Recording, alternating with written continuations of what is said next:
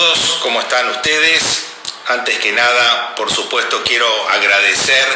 especialmente al Poder Judicial de Tucumán por esta invitación justamente para intercambiar algunas ideas vinculadas con pandemia y control de constitucionalidad. Lo quiero personalizar en la presidenta de la Corte Suprema, la doctora Claudia Sbar. Quiero agradecer también, por supuesto, a Mariana Dato, que es la directora justamente del Centro de Capacitación, y también a Verónica Lastra, que es la coordinadora por segundo año consecutivo de la especialización en justicia constitucional y derechos humanos que venimos dictando con muy buena asistencia desde el año pasado.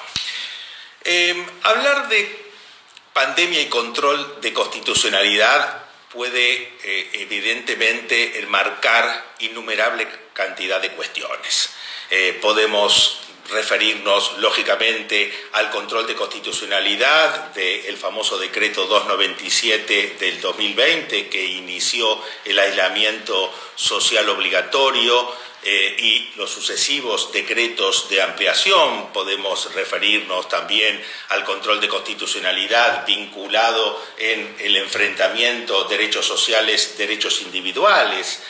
Podemos referirnos también a temas que están muy relacionados con si el derecho constitucional argentino, si el sistema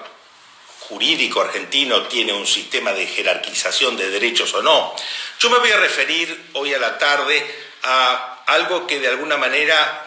ha afectado o ha puesto en tela de juicio, yo diría que el corazón del control de constitucionalidad argentino, del sistema de control de constitucionalidad argentino, que fue justamente la consulta constitucional realizada por la presidenta del Senado de la Nación Argentina, Cristina Fernández de Kirchner,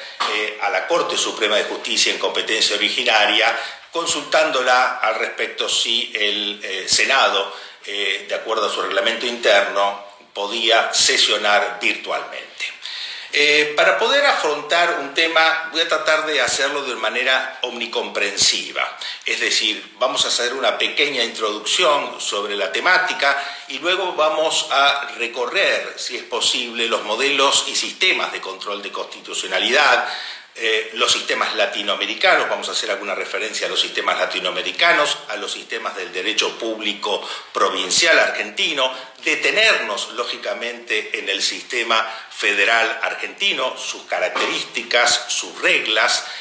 Vamos a ver en el derecho comparado qué países tienen el sistema de consulta constitucional. Claramente nosotros no lo tenemos, a pesar de que la Corte, por supuesto, dijo no, pero sí. Ya vamos a ver que de alguna manera contestó la consulta por la negativa. Y finalmente vamos a tratar de interrogarnos sobre algo que a mí particularmente me preocupa desde hace tiempo y vengo trabajando, incluso proponiendo algunas modificaciones al sistema de control de constitucionalidad argentino, es si tenemos que asumir que Argentina ha salido de alguna manera o está en vías de salir o debería salir del sistema judicial difuso, puro, entre comillas, para acercarnos más a los modelos como tienen los países latinoamericanos en sistemas de control de constitucionalidad mixto. Planteemos inicialmente el tema. Recordemos que de alguna manera el aislamiento social preventivo y obligatorio dispuesto por el decreto 297 tuvo eco, por supuesto, en los otros poderes del Estado. Particularmente, en el caso del Senado, el Senado adhirió por resolución 548 del 2020, adhirió justamente a este aislamiento social obligatorio. Un primer detalle: el artículo 6º del decreto 297 eximía justamente de este aislamiento a las actividades consideradas esenciales y al mismo tiempo, por supuesto, a las autoridades superiores de los gobiernos nacional, provincial y municipal y a los trabajadores del sector público convocados justamente para garantizar las actividades requeridas. Por lo tanto, parecería ahí ya que el concepto de gobierno en una república por el artículo 1 de la Constitución claramente en este caso integra a los tres poderes del Estado. Desde mi perspectiva, el aislamiento social obligatorio para los miembros del cuerpo del Senado bajo la argumentación de que la mayoría de ellos tiene más de 60 años implica de alguna manera alguna contradicción e implica un renunciamiento de la responsabilidad institucional del Poder Legislativo, porque aplicando esta regla, aplicando de alguna manera este razonamiento, el presidente de la Nación y el ministro de Salud deberían correr obviamente la misma suerte y por lo tanto deberían también quedarse aislados y no poder estar funcionando operativamente como lógicamente hoy lo está. Por supuesto que las épocas de excepción justifican obviamente el ejercicio intenso de las facultades constitucionales de los poderes, pero también ponen a prueba, como nos hemos dado cuenta en estos meses tan duros que estamos viviendo, ponen a prueba la fortaleza del sistema constitucional que rige un país e incluso también la templanza de los gobernantes. Dentro de las, yo diría, anomalías o irregularidades o curiosidades, como uno lo quiera definir, que se están dando en el sistema constitucional argentino, que creo que se está viendo afectado como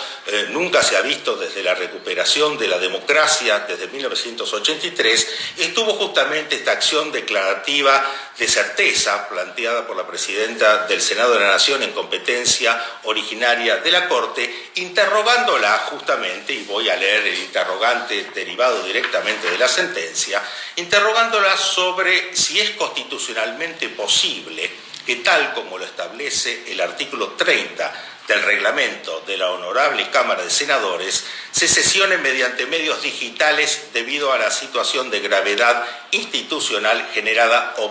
objetivamente por el COVID-19. Recordemos que digamos, en una república existen facultades que la propia Constitución otorga, digamos, competenciales a cada uno de los poderes del Estado. Históricamente, la interpretación de las facultades de cada uno de los poderes, y en este caso la interpretación de los reglamentos internos de las cámaras, ha sido naturalmente cuestión propia de cuestiones, digamos, políticas no judiciables. En términos generales, la Corte Argentina ha tratado de no inmiscuirse en estas cuestiones, sacando un caso excepcional del año 2009, que fue el caso Binotti, pero hizo un control a posteriori de uno de los artículos del reglamento justamente de la Cámara de Senadores. En esta cuestión yo creo que lo primero que debemos plantear es justamente la distinción que yo doctrinariamente normalmente hago entre modelos y sistemas de control de constitucionalidad.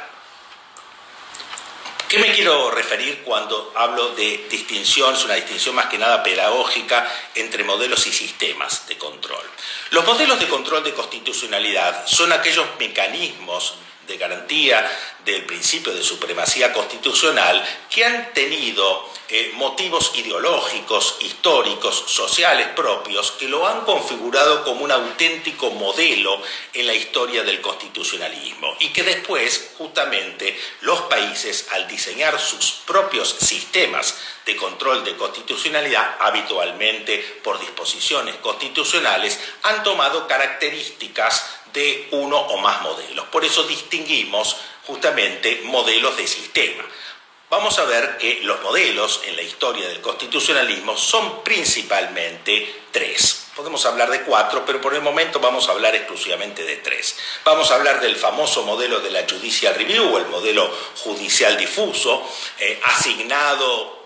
debatidamente, ya voy a decir por qué, a Marbury versus Madison, justamente, sentencia de la Corte Americana del año 1803, replicada de alguna manera en su razonamiento por la Corte Suprema Argentina a partir de los casos Sojo y El Hortondo, 1887 y 1888, el modelo concentrado o kelseniano, nacido a principios del siglo XX, en ese famoso debate doctrinario entre Hans Kelsen y Carl Schmitt, y el modelo político francés que se ve reflejado intensamente en la Constitución de la Quinta República, la Constitución francesa de 1958. ¿Cuáles han sido las características principales de estos tres modelos primarios de control de constitucionalidad que después de alguna manera han marcado justamente el rumbo de los sistemas de control de constitucionalidad en los distintos países. Recordemos que el modelo judicial difuso, modelo que en el sistema federal argentino justamente se ha replicado, como dijimos, tiene la característica que es un modelo de caso concreto. Es decir, todos los jueces de cualquier jurisdicción, de cualquier competencia, ejercen el control de constitucionalidad en garantía del principio de supremacía constitucional. Al mismo tiempo solamente se ejerce sobre un caso concreto, es decir, no hay un control abstracto, hay un control que se aplica a la denominación de caso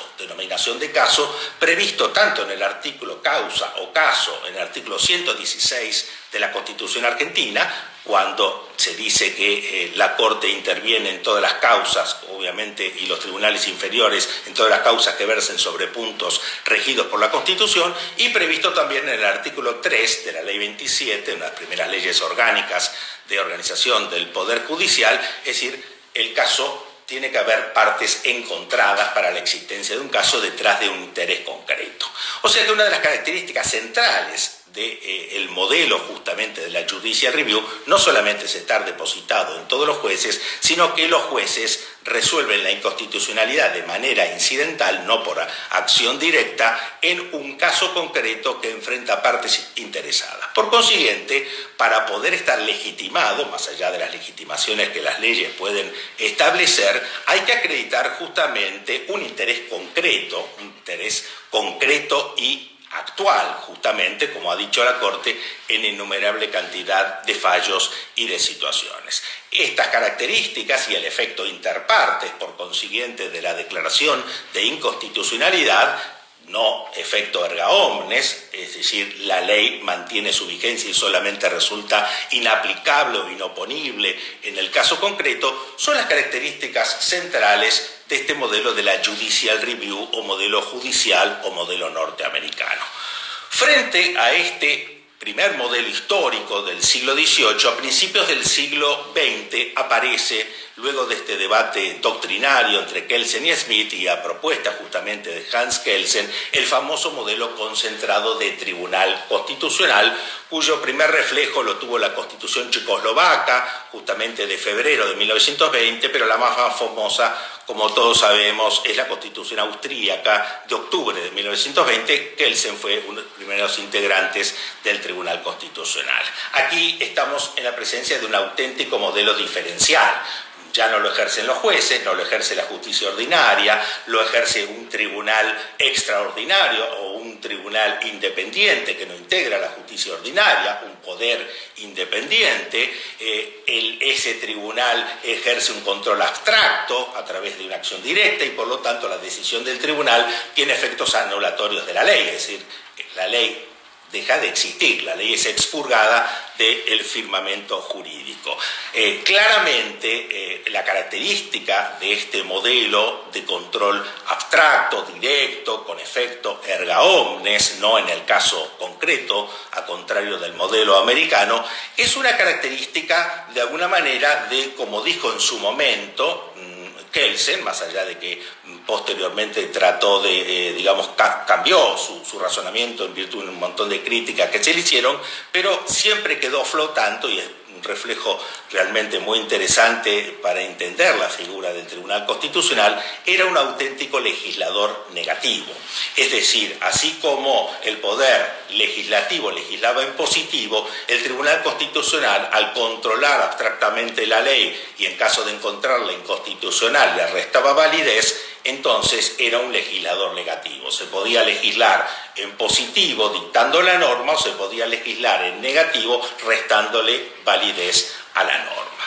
El tercer modelo importante, como dijimos, es el modelo francés. ¿Por qué es importante a estos efectos que estamos analizando el modelo francés? Porque el modelo francés, estatuye en un digamos, el control de constitucionalidad en un órgano llamado Consejo Constitucional francés, un órgano de eminente composición política. Ya no estamos en presencia de un órgano jurisdiccional, como en el caso del modelo americano, o de un debate en torno al Tribunal Constitucional, si es un órgano jurisdiccional o político. Aquí estamos en presencia de un órgano de fuerte raíz política. El Consejo Constitucional francés está integrado por los expresidentes de Francia, siempre tienen una banca en el lugar, y el resto de los integrantes los elige la Asamblea Legislativa. ¿Qué característica central tiene hoy el Consejo Constitucional francés, a pesar de que hubo reformas importantes justamente al sistema de control de constitucionalidad francés, con una reforma del año 2008 que comenzó a operar en el año 2010 a la Constitución francesa? Pero la característica principal es el control a priori, es decir, el órgano controla las normas, ¿sí?, a priori, es decir, antes de que entren en vigencia. En ese caso, este control a priori justamente se contrapone con el control a posteriori característico del sistema constitucional. Un momento, vuelvo. En este contexto, entonces, es importante señalar lo siguiente.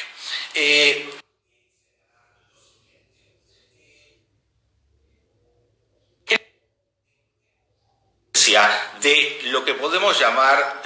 yo diría, la convergencia de los modelos. Es decir, ¿qué quiere decir con esto? Que ambos modelos, nacidos con determinadas características, se han acercado a lo largo de los años. Es decir, se han ido integrando de alguna manera, se han ido acercando y fusionando en muchas de sus características. Fíjense, una de las características centrales del modelo concentrado es justamente el efecto erga omnes que tienen las decisiones del Tribunal Constitucional. ¿No tienen de alguna manera efecto erga omnes la Corte Suprema de los Estados Unidos con la doctrina del stare decisis, con la doctrina del precedente obligatorio, que de alguna manera va nulificando justamente a través de las sentencias en la declaración de inconstitucionalidad los efectos de una norma? Así podemos encontrar gran cantidad de similitudes. Pero lo cierto es que si hoy proyectamos estos dos modelos originarios principales, o tres modelos originarios principales, el francés, la Judicial Review, y al mismo tiempo el modelo concentrado, vamos a ver que a partir de la reorganización que se da en el mundo constitucional finalizada la Segunda Guerra Mundial, aparecen en toda Europa prácticamente tribunales constitucionales, con alguna excepción, y aparece a partir sobre todo de la década del 80 y la década del 90 mucho interés en Latinoamérica por la figura de los tribunales constitucionales. Entonces, si miramos y hacemos un paneo de los sistemas de control de constitucionalidad de Latinoamérica, nos vamos a encontrar con que en términos generales es un crisol de sistemas de control de constitucionalidad distintos, pero en términos generales todos son o concentrados o mixtos, es decir, hay una gran cantidad de sistemas latinoamericanos que han tomado las características de la Judicial Review, combinan las características de la Judicial Review y las características del modelo concentrado. Entonces vamos a encontrar, por ejemplo, que hay países como Uruguay, ¿no es cierto?, que tiene un modelo absolutamente concentrado en la Corte Suprema de Justicia, es judicial pero concentrado en la Corte, y la declaración de inconstitucionalidad, contrariamente al modelo europeo, tiene efecto interpartes. Vamos a tener una cuestión bastante parecida en el Paraguay, pero en vez de estar radicado en la Corte, en el Pleno de la Corte, está radicado en una sala constitucional de la Corte Suprema, donde la declaración de inconstitucionalidad también tiene efecto interpartes. Pero vamos a ver otro de nuestros países vecinos, por ejemplo Chile, que tiene un tribunal constitucional al más estilo puro europeo y principalmente francés, con un control, es decir, preventivo justamente, un control a priori de las normas generales, de las leyes, de los reglamentos, y que puede intervenir en cuestiones de consultas facultativas y consultas también obligatorias de constitucionalidad. Vamos a encontrar que este modelo de consultas facultativas y consultas obligatorias, también lo combinan otros sistemas de control de constitucionalidad en Latinoamérica. Guatemala es uno de esos países que justamente tiene una corte constitucional fuera también del Poder Judicial con facultades de control a priori y facultades de control a posteriori. Costa Rica, que también tiene un sistema de control con control a priori y con control a posteriori, pero en una sala constitucional dentro de la Corte Suprema. Y vamos a ver también que, al igual que Chile, que tiene un tribunal constitucional fuera del Poder Judicial, lo mismo sucede con otros países, como es el caso del Perú, como es el caso de Bolivia, como es el caso incluso de la Corte Constitucional ecuatoriana, que también está fuera del Poder Judicial. Vamos a encontrar también otros sistemas, digamos, que combinan estas características de ambos modelos, como por ejemplo el sistema colombiano, pero allí la Corte Constitucional está dentro del Poder Judicial, es decir, parecería haber un poder bicéfalo en el Poder Judicial, en la Corte Suprema y la Corte Constitucional. Y vamos a ver sistemas puramente mixtos como el mexicano o como el sistema brasileño, donde los jueces ejercen control difuso y al mismo tiempo existen acciones de constitucionalidad, de control de constitucionalidad en competencia directa de la Corte Suprema de Justicia con efecto erga omnes en torno a las decisiones cuando se declara la inconstitucionalidad.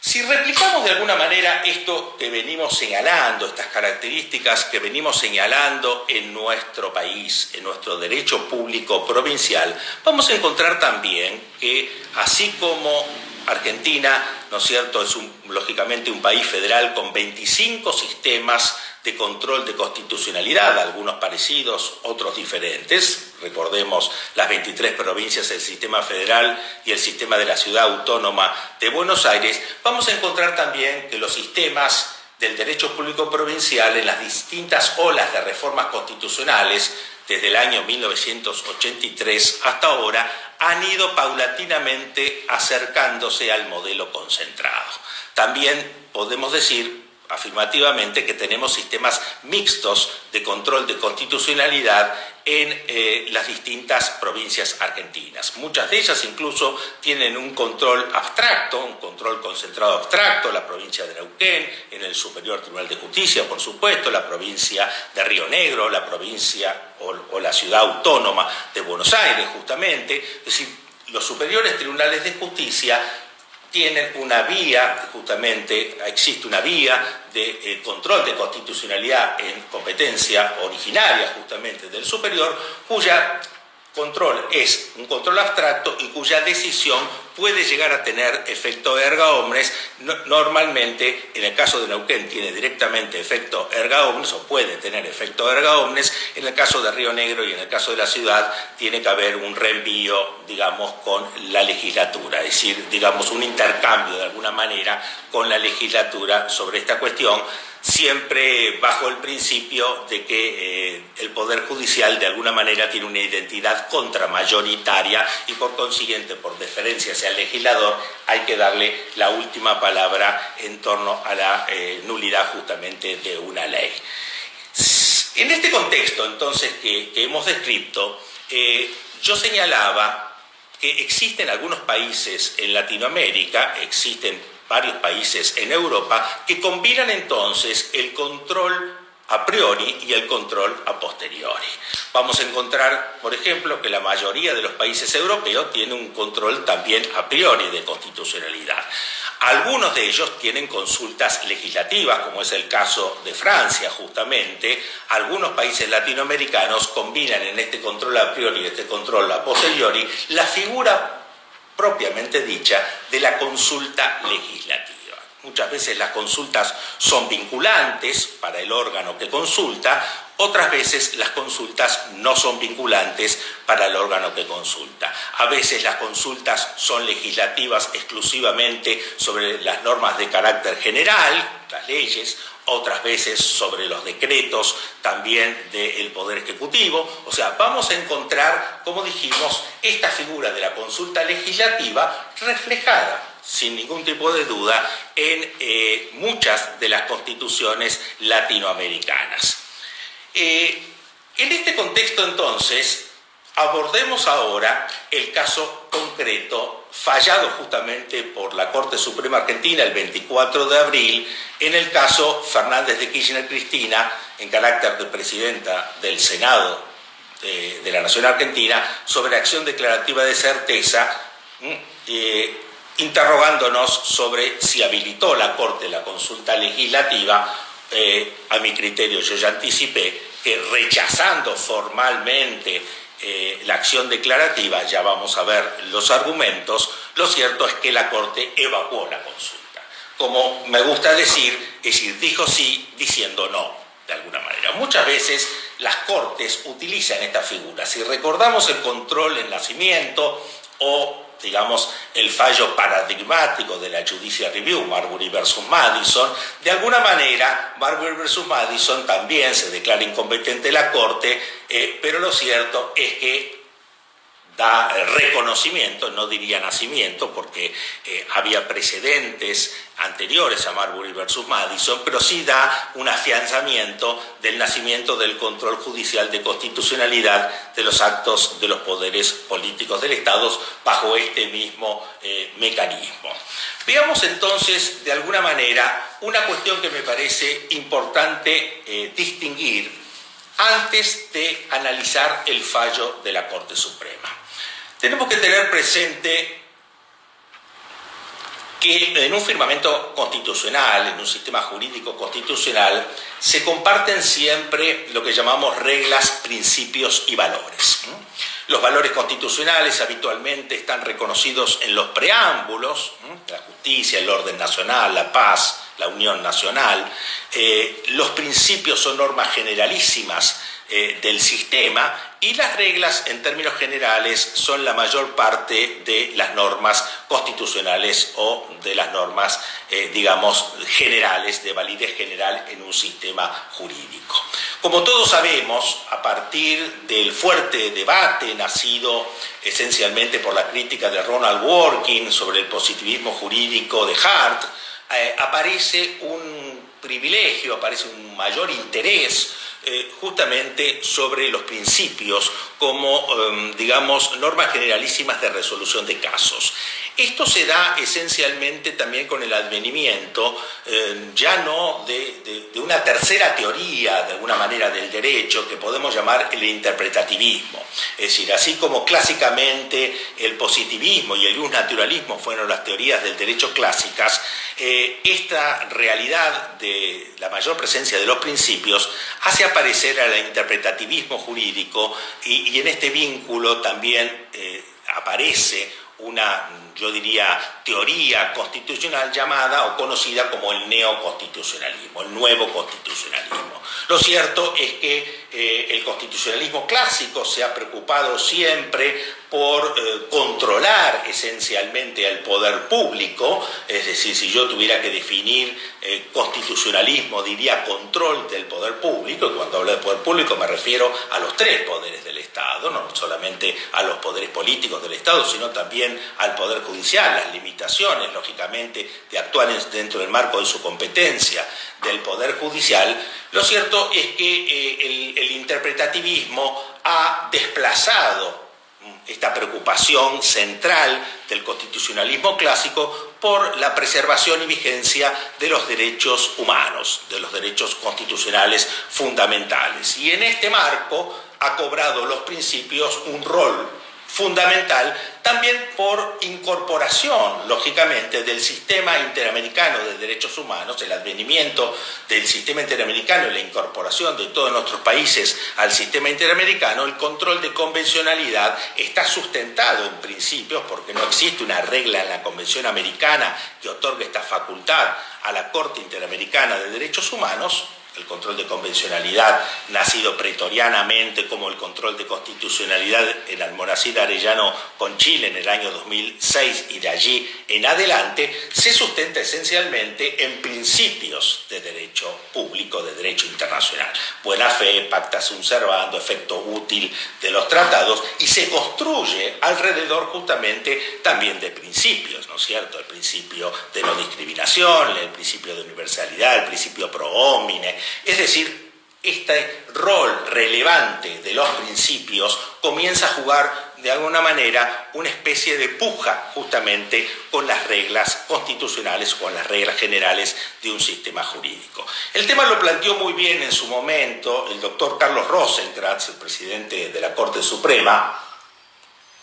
cuando de alguna manera, bajo su línea por supuesto de pensamiento, dijo es decir, los casos deben resolverse en base a reglas y para poder resolver en base a principios, es decir, para poder dejar de lado una regla y resolver en base a principios, se pueden dar solamente en dos casos. El primer caso es que el caso que tengo que merituar, que fallar, claramente no encuentra una regla aplicable, un caso de alguna manera de laguna del derecho, o si no, la declaración de inconstitucionalidad de la regla. Pero si no, el derecho se resuelve en base a reglas principalmente. Esto contraviene el pensamiento de Dworkin, que como todos ustedes saben, hablan de un juez herculíneo, de un juez que resuelve los casos difíciles en base a los principios, y también la teoría de Alexis, construida justamente en resguardo de una teoría de derechos fundamentales,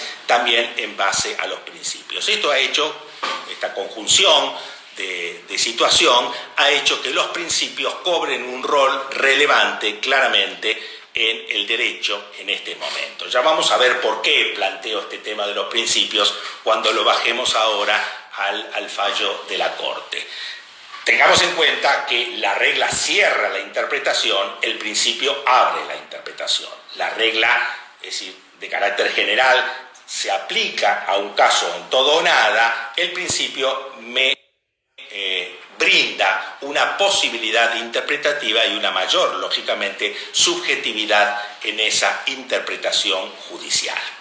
Bien, ¿qué pasó con el fallo entonces de la Corte Suprema de Justicia? El fallo es un fallo interesante, más allá de las críticas. Recordemos que cuando se plantea la acción declarativa de certeza, artículo 322 del Código Procesal Civil y Comercial, en términos generales la doctrina constitucional,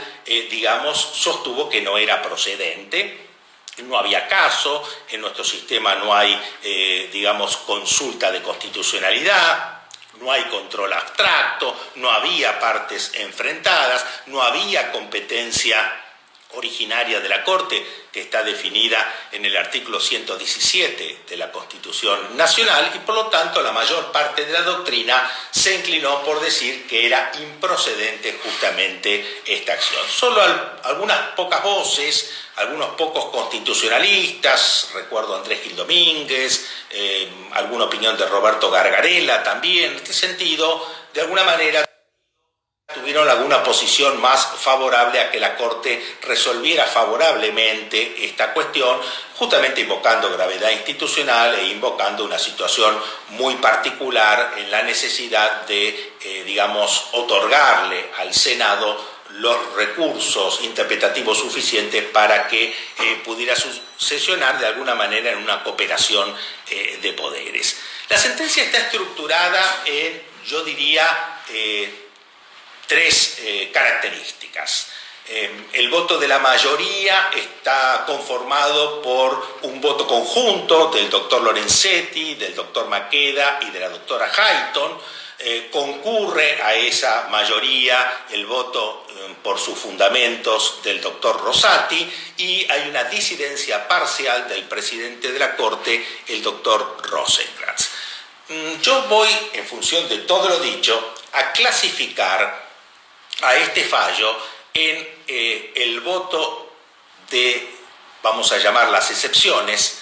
vamos a llamar el voto de los principios y vamos a llamar el voto de las reglas. Claramente el voto de las reglas es la disidencia parcial del doctor Rosenkrantz. El doctor Rosenkrantz dice: nuestro sistema es un sistema judicial difuso al modelo americano de caso concreto. En nuestro sistema no hay control abstracto, no hay consulta de constitucionalidad, no hay control a priori. En este caso no hay caso, no hay partes encontradas, no hay a quien se demanda de alguna manera en intereses contrapuestos. Por consiguiente, toda la jurisprudencia de la Corte sostiene y ha hecho hincapié justamente en estas reglas del control. Tengamos en cuenta que el control de constitucionalidad se construye en base a reglas, nace pretorianamente en base a lo que se llamó las reglas de Marshall, las reglas de Cooley y las reglas de Brandeis, reglas que después la Corte Argentina reproduce ya sea normativamente o pretorianamente. Cuando digo normativamente, tiene jerarquía constitucional, como los casos de los artículos 116, 117, jerarquía infraconstitucional pero normativa, como el caso de la Ley 27, como el caso del Código Procesal Civil y Comercial de la Nación, en la regulación del certiorario o en la regulación del per saltum, y también reglas de afianzamiento jurisprudencial, como es justamente la gran cantidad de fallos jurisprudenciales que la Corte ha edificado alrededor justamente de las reglas del control de constitucionalidad, de los efectos de sus sentencias, etc. Por supuesto que todas esas reglas han merecido muchísimas excepciones a lo largo de los años. Y sobre estas excepciones, se construye el voto de la mayoría. El voto de la mayoría reconoce todas estas reglas, reconoce que la acción declarativa de inconstitucionalidad no encuadra justamente en esas reglas, porque no hay principalmente ni competencia originaria de la Corte ni caso concreto, pero dice, así como nosotros hemos establecido una cantidad de excepciones a lo largo de la historia, y de alguna manera cita el nacimiento del control de constitucionalidad en Argentina, el caso Sojo justamente como una excepción, Rey con Rocha, cuando la Corte crea o da nacimiento a la doctrina de la arbitrariedad a principios del siglo XX, siguiendo por el nacimiento del amparo en Siricot en la década del 50, 57 y 58, es decir, donde las acciones que se presentaban formalmente no eran obviamente procedentes, pero la Corte tenía que dar una respuesta o entendió que debía dar una respuesta. Sigue citando otras excepciones, cita el famoso caso de Mejián, ¿no es cierto?, donde la Corte reglamenta de alguna manera o dice que es operativo, mejor dicho, el derecho de rectificación o respuesta del artículo 14 del Pacto de San José de Costa Rica, que no estaba reglamentado justamente en ese momento. Cita Jalabi en el caso de los efectos expansivos de la sentencia de la Corte en un modelo de caso justamente concreto y de efecto interpartes, y a partir de allí entonces dice, tengo todas estas reglas, pero establecí todas estas excepciones, por lo tanto voy a contestar lo siguiente: no procede formalmente la acción declarativa de certeza, pero en el fondo el Senado tiene las facultades suficientes para interpretar él mismo su reglamento y en la interpretación de su reglamento poder sesionar presencial o virtualmente. En una palabra le dice, ok, adelante, no hay problema en este sentido. ¿Por qué llamo al voto concurrente de Rosati el voto de los principios? Porque en este caso Rosati es más contundente en su voto en torno justamente a, la inaplicabilidad de las reglas del control al caso concreto. Es muy contundente, en esto es parecido al voto de Rosenkranz en ese sentido, hace mucho hincapié en la inexistencia de caso, hace mucho hincapié en la inexistencia de competencia originaria de la Corte, pero luego, sobre el final, destaca un título que llama Principio de colaboración entre los poderes del Estado. Es decir,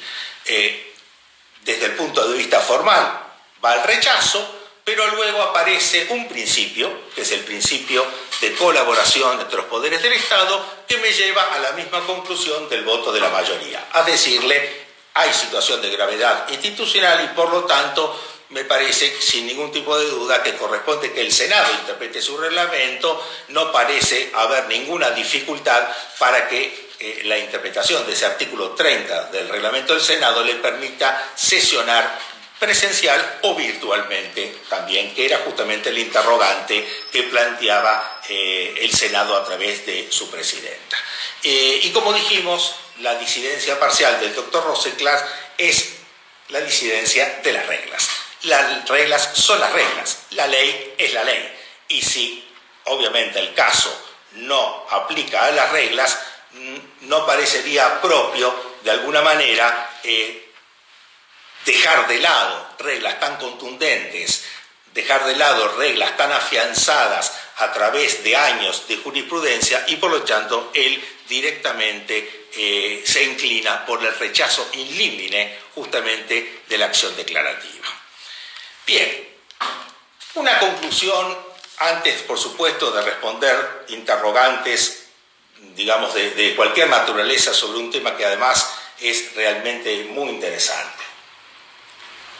Todos sabemos que en este momento se está analizando muchas reformas y cambios en la justicia federal. Todos sabemos que se está esperando justamente un proyecto de reforma al sistema federal, judicial federal argentino, entre los cuales ha aparecido una posible reforma o posible debate en torno a cambios en la Corte Suprema de Justicia de la Nación. En general, todo el mundo se centra en la cantidad, de alguna manera, de miembros de la Corte Suprema. Recordemos que nuestra Corte Suprema, como sí hacen muchas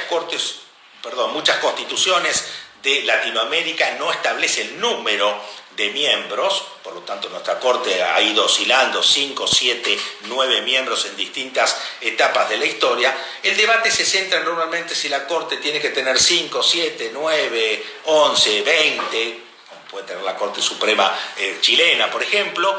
pero en realidad también creo que el debate se va a centrar en cuáles son las competencias justamente de la Corte, o de alguna manera si el control de constitucionalidad se va a mantener por lo menos por la galería desde el punto de vista judicial difuso, o de alguna manera nos vamos a ir acercando, de hecho en la práctica ha ido pasando, hacia un sistema mixto de control de constitucionalidad, un sistema que de alguna manera establezca el grado de obligatoriedad normativa de los fallos de la Corte en las cuestiones constitucionales, no solamente jurisprudencialmente, sino por ahí normativamente, quizás se establezca un mecanismo también no solamente de control a posteriori, sino también quizás de control a priori en determinadas situaciones. Yo particularmente tengo escrito el tema, dedicado bastante al control de constitucionalidad, y en algunos de mis libros he propuesto algunas modificaciones al control difuso argentino, único que mantiene más cercano al modelo americano en toda Latinoamérica, como hemos visto, en el cual creo que quizás algunos controles a priori no serían deseables, sobre todo un control a priori que tiene muchas constituciones, algunas latinoamericanas y otras europeas, y la tiene, por supuesto, el sistema o el modelo francés, que es un control a priori en defensa de la minoría política. En sistemas, digamos, de grandes sistemas nacionales, de grandes coaliciones nacionales, sistemas políticos de grandes coaliciones nacionales, es interesante que la minoría política tenga la posibilidad de presentar una acción en competencia originaria de la Corte para controlar la constitucionalidad de un proyecto de ley que se está debatiendo, el cual la minoría con un número determinado, un porcentaje determinado, sostiene que tiene vicios de inconstitucionalidad. Por lo tanto, el tema de la consulta constitucional podría eventualmente estar incluido, me parece, en eventuales modificaciones, si esto se diera, por supuesto, al sistema de control de constitucionalidad argentino. Por supuesto, es un tema abierto, obviamente, es un tema en el cual hay mucho debate, durante muchos años se ha debatido este tema, Tribunal Constitucional sí, Tribunal Constitucional no, sistema difuso, judicial difuso, sistema mixto. Lo cierto es que la realidad, yo diría normativa, de los sistemas de control de constitucionalidad latinoamericanos, del derecho público provincial, de los modelos europeos, los sistemas europeos, nos están marcando un rumbo de confluencia entre las características del modelo de la Judicial Review y las características del modelo concentrado. Bueno, les agradezco muchísimo a todos ustedes y quedo, por supuesto, abierto a cualquier pregunta. Si puedo leer las preguntas que tengo aquí, por supuesto, estoy a disposición.